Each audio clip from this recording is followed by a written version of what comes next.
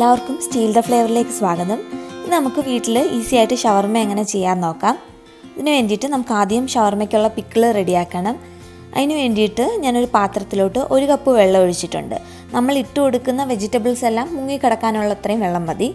അതിനകത്തോട്ട് 2 table spoon വിനിഗറും കുറച്ച് കൂടുതൽ ഉപ്പും ചേർത്ത് കൊടുക്കണം. നമ്മൾ വെള്ളം ടേസ്റ്റ് ചെയ്യുമ്പം ഉപ്പ് കുറച്ച് കൂടി നിൽക്കുന്ന കണക്ക് അത്രയും കൂടി ചേർത്ത് കൊടുത്തിട്ട് നല്ലപോലെ ഇതൊന്ന് തിളയ്ക്കണം. നല്ലപോലെ തിളച്ച് വരുമ്പോഴത്തേക്ക് നമ്മൾ എടുത്തു വെച്ചേക്കുന്ന വെജിറ്റബിൾസ്, ഞാനിവിടെ ഒരു 1/2 കപ്പ് ക്യാരറ്റും ഒരു 1/4 കപ്പ് സാലഡ് വെള്ളരിയും എടുത്തിട്ടുണ്ട്. ഒരു 3-4 പച്ചമുളകും ചേർത്ത് കൊടുക്കണം. ഇത് ചേർത്തിട്ട് ആ വാക്കിന് തന്നെ നമുക്ക് ഗ്യാസ് അങ്ങ് ഓഫ് ചെയ്യാം. ഇത് ചേർത്ത് കൊടുത്തിട്ട് പിന്നെ തിളയ്ക്കേണ്ട ആവശ്യമില്ല. നമുക്കിത് നല്ലപോലെ തണുത്ത് കഴിയുമ്പോൾ ഒരു കുപ്പിയിലിട്ട് വെച്ചിരുന്നാൽ ഒരുപാട് നാൾ കേടുകൂടാതിരിക്കും. ഇനി നമുക്ക് ഷവർമയിൽ ഉപയോഗിക്കുന്ന ഗാർലിക് മയോ സോസ് റെഡിയാക്കാം.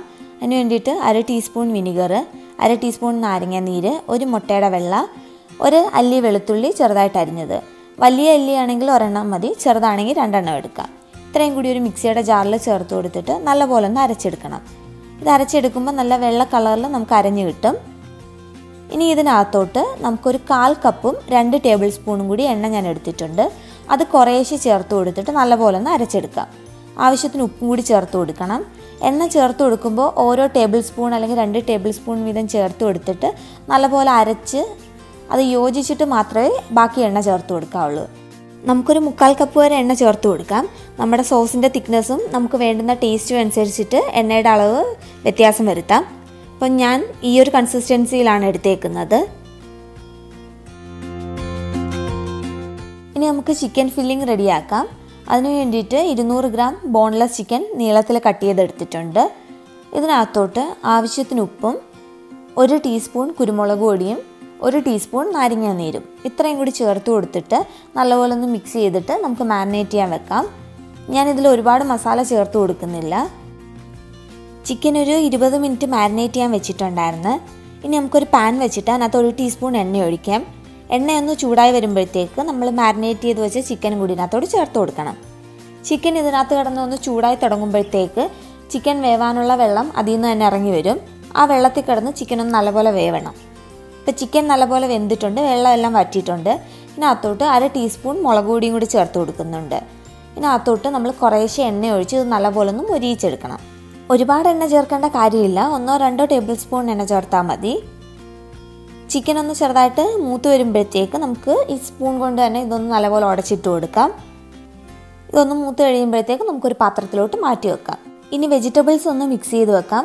അതിന് വേണ്ടിയിട്ട് 1/2 കപ്പ് ക്യാബേജ്, 1/2 കപ്പ് ലെറ്റ്യൂസ്, ഒരു 1/4 കപ്പ് ക്യാരറ്റ്.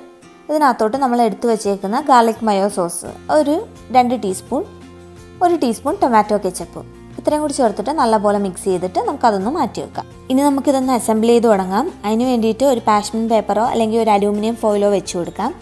അതിന് മുകളിലായിട്ട് ഒരു ബ്രെഡ് വെച്ച് കൊടുക്കാം. ഞാനിപ്പോൾ പ്ലെയിൻ ആയിട്ടുള്ള ബ്രെഡാണ് എടുത്തേക്കുന്നത്. നമുക്ക് വേണമെങ്കിൽ കുബൂസോ അല്ലെങ്കിൽ പീറ്റ ബ്രെഡോ എന്ത് വേണമെങ്കിലും യൂസ് ചെയ്യാം. അതിന് മുകളിലായിട്ട് നമ്മൾ റെഡിയാക്കി വെച്ചേക്കുന്ന ഗാർലിക് മയോ സോസ് അതൊന്ന് സ്പ്രെഡ് ചെയ്ത് കൊടുക്കാം. അതിന് മുകളിൽ വെജിറ്റബിൾസ്, അതിന് മുകളിൽ നമ്മൾ എടുത്ത് വെച്ചിരിക്കുന്ന ചിക്കൻ, അതിന് മുകളിൽ കുറച്ച് ഫ്രഞ്ച് ഫ്രൈസും പിന്നെ 1-2 സ്ലൈസ് ടൊമാറ്റോയും. ടൊമാറ്റോ ഞാൻ കുരു കളഞ്ഞെടുത്തേക്കാണ്. ഇനി ഇതിന് മുകളിലായിട്ട് നമ്മൾ റെഡിയാക്കി വെച്ചേക്കുന്ന പിക്കിളും കൂടി വെച്ച് കൊടുക്കാം. ഇനി ഇത് നല്ലപോലെ ഒന്ന് റോൾ ചെയ്യണം.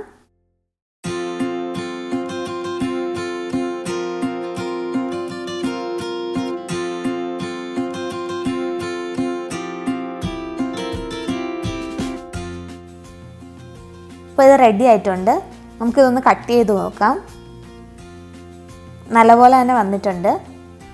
എല്ലാവരും ഇത് ട്രൈ ചെയ്ത് നോക്കുക. ഇഷ്ടപ്പെട്ടാൽ ചാനൽ സബ്സ്ക്രൈബ് ചെയ്യാനും വീഡിയോ ലൈക്ക് ചെയ്യാനും കമൻറ്റ്സ് അറിയിക്കാനും മറക്കരുത്. Thank you.